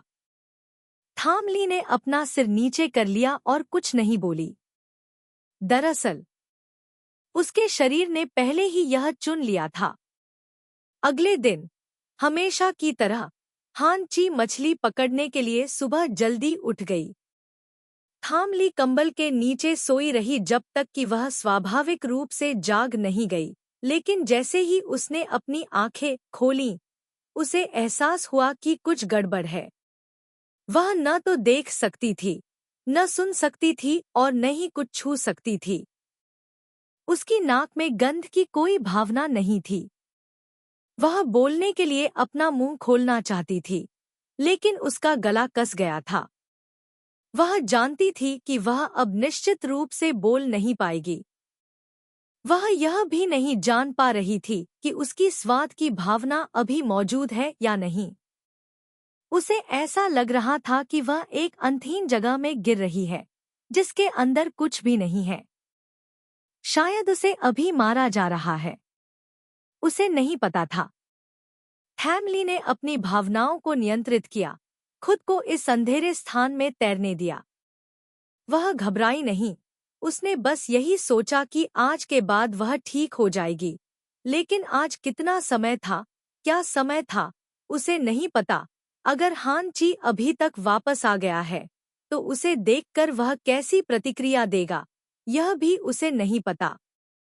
स्वर्ग और पृथ्वी में सिर्फ वही थी, बेचैनी से शून्य में, जैसे वह कभी बाहर नहीं आ पाएगी। उसका दिल डरने लगा। अगर वह ठीक नहीं हुई तो वह क्या करेगी? अगर अब भी वह इसी तरह पेश आती रही तो मुझे क्या करना चाहिए? उसके पास अभी भी बहुत सी ऐसी चीजें थी जो उसने नहीं की थी, बहुत से शब्द जो उसने नहीं कहे थे, बहुत सी ऐसी चीजें थी जो वह करने को तैयार नहीं थी। वह अपना बाकी जीवन यहाँ कैसे जी सकती थी? शेनली इस जगह से भागना चाहती थी। उसने खुद को भागते रहने के लिए मजबूर किया, लेकिन इस अंतहीन अंधेरे में उसे नहीं पता था कि वह भाग रही है या नहीं। वह दिशा नहीं देख सकती थी, सड़क नहीं देख सकती थी, खुद को भी नहीं देख सकती थी, नहीं जानती थी कि वह जीवित है या मर गई। समय बहुत तेजी से और फिर बहुत धीमी गति से बीतता हुआ प्रतीत हुआ। उसे नहीं पता था कि वह अंधेरे में कितनी देर से थी। अचानक उसे अपने कान के पास एक धीमी आवाज सुनाई दी। कोई उसे पुकार रहा था, शेनली, डरो मत, मैं यहाँ हूँ, डरो मत। वह व्यक्ति अपनी भावनाओं को दबाने की बहुत कोशिश कर रहा था, लेकिन थामली ने उसके शब्दों में दर्द सुना। वह दर्द उसे डुबाना चाहता था। उसकी नाक बाहरी दुनिया की गंध, उसके शरीर पर समुद्र की मछली जैसी गंध, और एक बहुत ही हल्की गंध को भी सूंघ सकती थी। यह एक ऐसी गंध थी जो केवल हान ची के पास थी, एक ऐसी गंध जो देवताओं की थी, एक ऐसी गंध जो लोगों को सहज महसूस कराती थी। उसके अंगों में धीरे धीरे संवेदना वापस आ गई। उसे पता था कि उसे एक हाथ में पकड़ रखा है, कसकर पकड़ रखा है, मानो उसकी रक्षा कर रहा हो, लेकिन साथ ही मानो उस पर भरोसा कर रहा हो। उसने अपनी ताकत का इस्तेमाल करके उसे गले लगाने के लिए अपनी बाहें ऊपर उठाईं, धीरे से उसके कंधों को ढक दिया। क्या तुम हमेशा के लिए वहीं रहोगे? उसने सुना कि उसकी आवाज कर्कश और कमजोर थी, जैसे कि वह अगला वाक्य नहीं बोल पा रही थी। गले लगना और भी कड़ा हो गया, जिससे थामली को लगा कि उसकी हड्डियों को दर्दनाक तरीके से दबाया जा रहा है, लेकिन इस तरह के दर्द ने उसे बेहद गर्मजोशी का एहसास भी कराया। मैं यहाँ हूँ, उसने ऐसे कहा जैसे उसके कान में कसम खा रहा हो, मैं हमेशा यहीं रहूंगा। थामली मुस्कुराई, तो अगली बार मैं इतना नहीं डरूंगी। को हान ची का गला भर आया। कुछ पल के लिए वह दूसरा शब्द नहीं बोल पाई। अध्याय 60।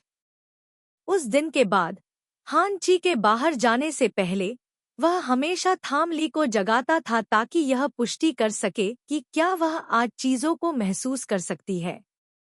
पहले 2 दिन तो थाम ली ने अपेक्षाकृत सहयोग किया, लेकिन कुछ दिनों के बाद थाम ली ने अपना धैर्य खो दिया। जब हान ची ने फोन किया तो उसने खुद को कंबल से ढक लिया। मैं देख और सुन सकती हूँ, लेकिन मुझे कुछ भी महसूस नहीं हो रहा है। कोई समस्या नहीं है। जाओ, जाओ, जाओ। हान ची का बढ़ा हुआ हाथ बीच हवा में रुक गया। थाम ली की स्थिर सांसों को सुनकर उसने हंसी और आंसू दोनों के साथ उसकी ओर देखा। आज उसके रूप को देखकर किसने सोचा होगा कि वह उस दिन इतनी डरी हुई होगी। उसका चेहरा पीला पड़ गया था, उसका पूरा शरीर कांप रहा था, उसके हाथ पैर ठंडे थे। शायद उसने अनजाने में ही ऐसी भावनाएं प्रकट कर दी थी। हान ची ने सोचा, अगर इस थाम ली में अभी भी थोड़ी सी भी समझदारी होती तो वह खुद को इतना कमजोर रूप दिखाने की अनुमति बिल्कुल नहीं देती। घर में खाना नहीं है, मैं नाश्ता नहीं बनाऊंगी। मैं अभी खाना लेने बाजार जा रही हूँ, थोड़ी देर में वापस आऊंगी।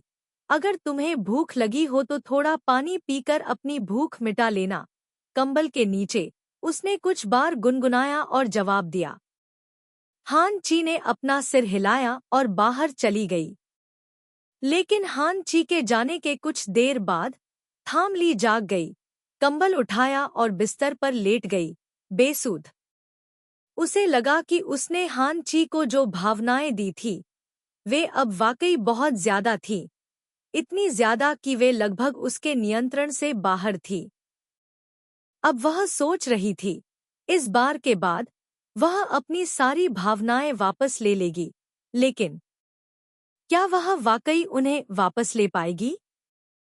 किसी पर इतना भरोसा न करने के कारण थाम ली को लगा कि वह खुद को जलाकर मर रही है। उसने आह भरी, अब और सो नहीं पा रही थी, इसलिए उसने अपना चेहरा धोने के लिए बिस्तर से कंबल फेंक दिया। लेकिन जैसे ही वह पानी लेने के लिए बाहर यार्ड में गई, उसने अचानक कुछ धीमी आवाजें सुनी। थाम ली की आंखें गहरी हो गईं, यह जानते हुए कि आज जो व्यक्ति आया था वह निश्चित रूप से पिछले दिन के गुंडों की तरह बेकार नहीं था। उसने अपना सिर थोड़ा झुकाया। कौन आ रहा है? स्विश स्विश कुछ आवाजें गूंजी। आंगन में काले कपड़े पहने 5 आदमी एक दूसरे के बगल में खड़े थे। महाराज, हमें आपकी बहुत तलाश करवानी पड़ी। शेन ली ने पलटकर देखा। उसकी ठंडी निगाहें बोलने वाले व्यक्ति को देख रही थी, जिससे उसे ठंड लग रही थी। उस व्यक्ति ने तुरंत बगल की ओर देखा। आसपास के लोगों ने एक एक करके अपनी लार निगल ली, इससे पहले कि शेन ली ने घायल फू शेंग को जला दिया, दर्जनों राक्षसों और उनके साथियों को मार डाला। सभी ने इस कहानी के बारे में सुना था।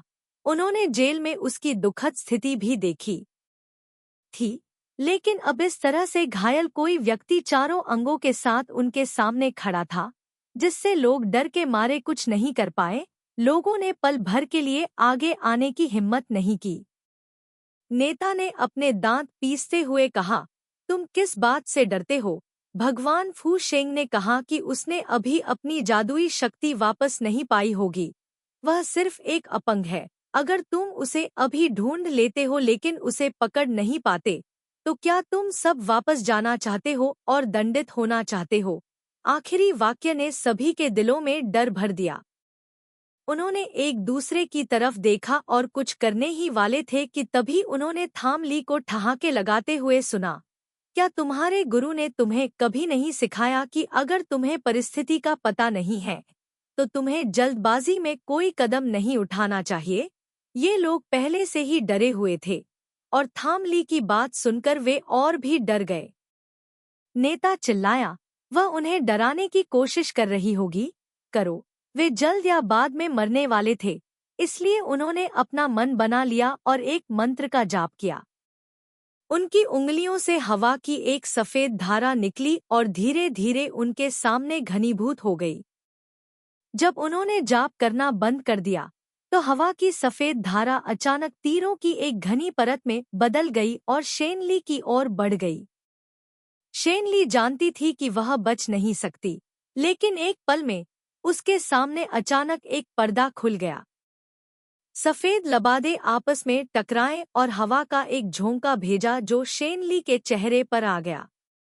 धूल गिरने के बाद जिंगजी शेनली के सामने खड़ा था। उसकी अभिव्यक्ति ठंडी थी।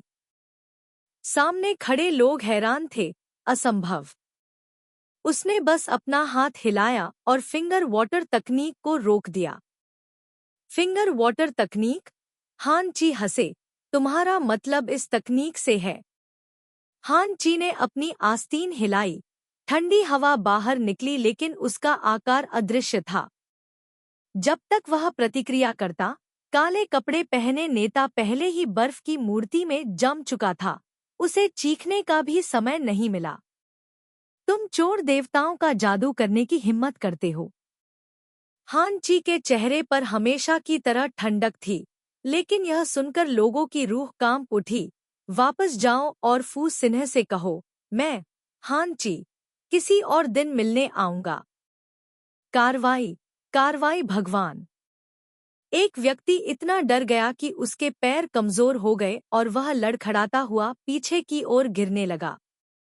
बाकी 3 लोग भी बुरी तरह डर गए और जल्दी जल्दी लुढ़कते हुए और रेंगते हुए भागने लगे। जो गिर गया था वह उठकर बाहर भाग गया। हान ची ने धीरे से चिल्लाया, रुको। आह! आह! दूसरे व्यक्ति के पैर कांप रहे थे। उसकी पैंट का निचला हिस्सा भीग गया था। उसने अपनी पैंट में पेशाब कर दिया था। इसे हटाओ। उसने बर्फ की मूर्ति की ओर इशारा किया। काले कपड़े पहने आदमी ने जल्दी से सिर हिलाया, बर्फ की मूर्ति को उठाने की कोशिश की और बड़ी मुश्किल से उसे दूर ले गया।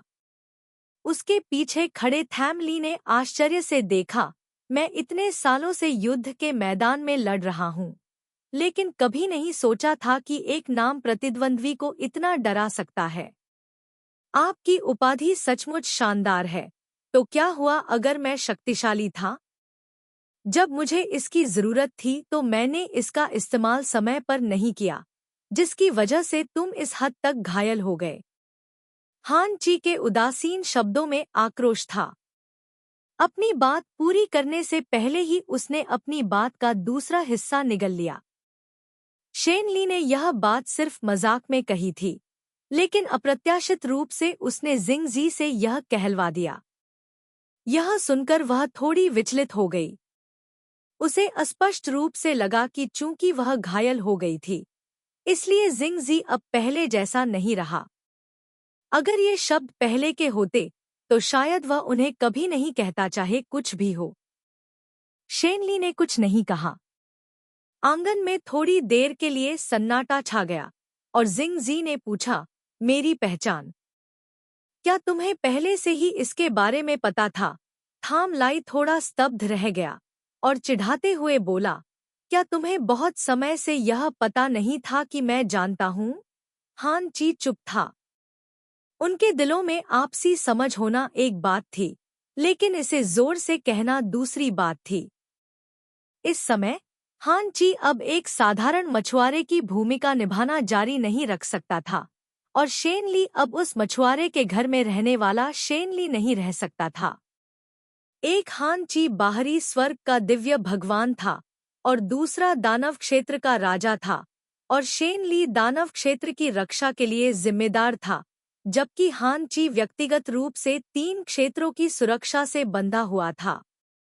अब जब फू सिन्ह के पीछा करने वाले आ गए हैं, तो उन्हें भी उस सपने से जाग जाना चाहिए।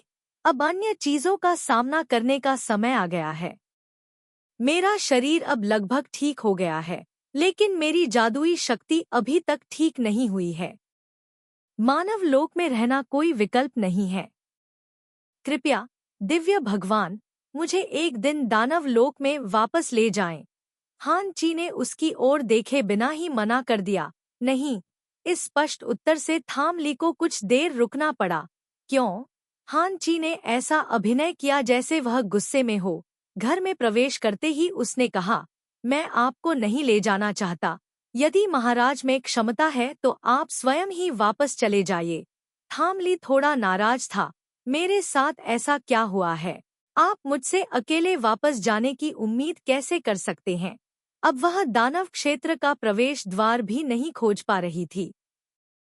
बादलों और हवा पर सवार होकर 2 क्षेत्रों को पार करना तो दूर की बात थी। तुम मेरे लिए चीजें मुश्किल बना रहे हो, हान ची ने हंसते हुए कहा। महाराज ने इसे देखा है। शेन ली चुप हो गया। गहरी सांस लेते हुए, मैं दानव क्षेत्र में वापस जाना चाहता हूँ। सबसे पहले, वर्तमान स्थिति अराजक है। दानव क्षेत्र की आंतरिक चिंताओं और बाहरी परेशानियों का उल्लेख नहीं करना। स्वर्गीय क्षेत्र में हाल ही में माहौल बहुत तनावपूर्ण रहा होगा।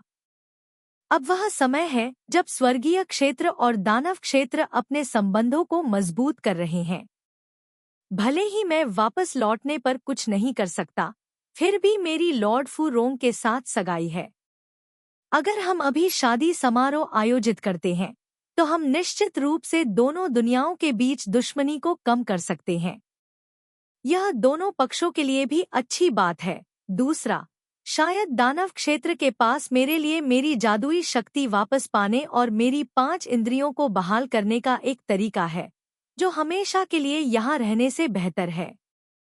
सबसे पहले, यह रद्द कर दिया गया है। हान ची ने एक कप चाय डाली और धीरे से कहा, राजा बिचथुओंग और भगवान फाट डुंग के बीच सगाई रद्द कर दी गई है। थामली दंग रह गया। क्या? 1 मिनट रुको। क्यों? जब उसने सगाई से बचने के लिए अपनी जान जोखिम में डाली तो वे जीवन मरण के लिए एक साथ बंध गए। लेकिन जब थाम लाई ने अंततः इस पर विचार किया तो इस व्यक्ति ने उसे बताया कि उसके और फाट डुंग क्वान के बीच सगाई रद्द कर दी गई थी। तीनों लोग जानते हैं कि राजा बी शांग शेनली युद्ध में मारे गए। हान ची ने उदासीनता से कहा, स्वर्गीय सम्राट का पोता एक मृत व्यक्ति से कैसे शादी कर सकता है? इसलिए आपकी शादी रद्द कर दी गई है। स्वर्गीय सम्राट और दानव राजा ने भी सिर हिला दिया है। थामली एक क्षण के लिए स्तब्ध रह गया। उसे समझ में नहीं आया कि ऐसा क्यों हो रहा है, लेकिन उसका पहला विचार था, वह फाट डुंग जुन इतनी जोर से हंस रहा होगा कि उसका मुंह दुख रहा होगा। हान ची ने चाय की चुस्की ली और अपना सिर हिलाया। नहीं, इससे पहले, जब उसने सुना कि मैकफोंग की मृत्यु हो गई है, तो वह बहुत दुखी और हताश हो गया था। ऐसा लग रहा था कि वह 2 या 3 दिनों तक भूख हड़ताल पर रहा था। फिर उसने सुना कि मैकफोंग एक गद्दार और जासूस था। वह और भी अधिक दुखी हो गया और लगभग रो पड़ा। मैकफोंग का नाम सुनकर थामली की आंखें भी अंधेरी हो गईं, लेकिन उसे सोचने का समय दिए बिना हान ची ने फिर कहा, दूसरा, मेरे पास जादुई शक्ति और 5 इंद्रियों को बहाल करने का तरीका है। इसके अलावा यह विधि मानवीय दायरे में है। मैं मूल रूप से आपको बताने से पहले तब तक इंतजार करना चाहता था जब तक आप थोड़ा बेहतर न हो जाएं। लेकिन अगर आप इतने अधीर हैं तो यह ठीक है अगर मैं आपको पहले ही बता दूं। थामली खुश हुई। सच में, हालांकि थामली ने अपनी सारी जादुई शक्ति और 5 इंद्रियां खोने की अपनी वर्तमान स्थिति के बारे में कभी शिकायत नहीं की थी, फिर भी वह अपने दिल की गहराई से उम्मीद करता था कि वे जल्द ही ठीक हो जाएंगे। आखिरकार, बिचथोंग वोंग का गौरव जादुई शक्ति और मार्शल आर्ट पर निर्भर था। उनके बिना थामली अब थामली नहीं रह जाएगा। यहाँ से उत्तर की ओर जाएं, उत्तरी सागर को पार करें और बर्फीले मैदान के चारों ओर जाएं। आपको एक बर्फीला पहाड़ दिखाई देगा। वहाँ एक महान राक्षस रहता है। वहाँ आप कई दुर्लभ वस्तुएं खरीद और बेच सकते हैं, यहाँ तक कि स्वर्गीय क्षेत्र से भी ज्यादा। वहाँ शायद हम उसकी जादुई शक्ति वापस पाने में मदद करने का कोई तरीका या दवा खोज सकें। थाम लाई की आंखें चमक उठीं। यदि ऐसा है तो शायद हम एक उपयुक्त भाला ढूंढ सकें। हान ची दंग रह गई। अचानक कुछ बार खांसने लगी, मानो कुछ शर्मनाक बात सोच रही हो। तो इसे खरीदने की कोई जरूरत नहीं है। उसका टूटा हुआ घाव पहले ही ठीक हो चुका है। मैंने इसे अभी बाहरी स्वर्ग में छोड़ा है। जब तुम ठीक हो जाओगे तो मैं तुम्हें इसे लेने ले जाऊंगा। उसके टूटे हुए घाव को हान ची ने ठीक किया था। यह मामला पहले तो अजीब नहीं लगता, लेकिन ध्यान से सोचने पर यह वाकई अजीब लगता है। वह दानव क्षेत्र की शाही महारानी है। तार्किक रूप से उसकी मृत्यु के बाद क्या उसकी चीजों को सुरक्षित रखने के लिए दानव क्षेत्र को नहीं सौंप दिया जाना चाहिए? हान ची के पास 2 टूटे हुए भाले के टुकड़े क्यों हैं और उन्होंने उन्हें फिर से जोड़कर बाहरी स्वर्ग में क्यों रखा? उसका भाला पूरे साल राक्षसी ऊर्जा से भरा रहता था और उसने अनगिनत लोगों को मार डाला था। उसकी जानलेवा आभा इतनी जबरदस्त थी कि वह हान ची की दिव्य ऊर्जा के साथ असंगत थी। यदि हान ची घाव को पुनः जोड़ दे तो क्या इससे महत्वपूर्ण ऊर्जा को बहुत अधिक क्षति नहीं पहुंचेगी? चलो इस बिंदु पर बात नहीं करते, बस इस बारे में बात करते हैं कि उसने भाले को फिर से जोड़ा और उसे बाहरी स्वर्ग में रख दिया। दानव राजा इसकी अनुमति कैसे दे सकता है?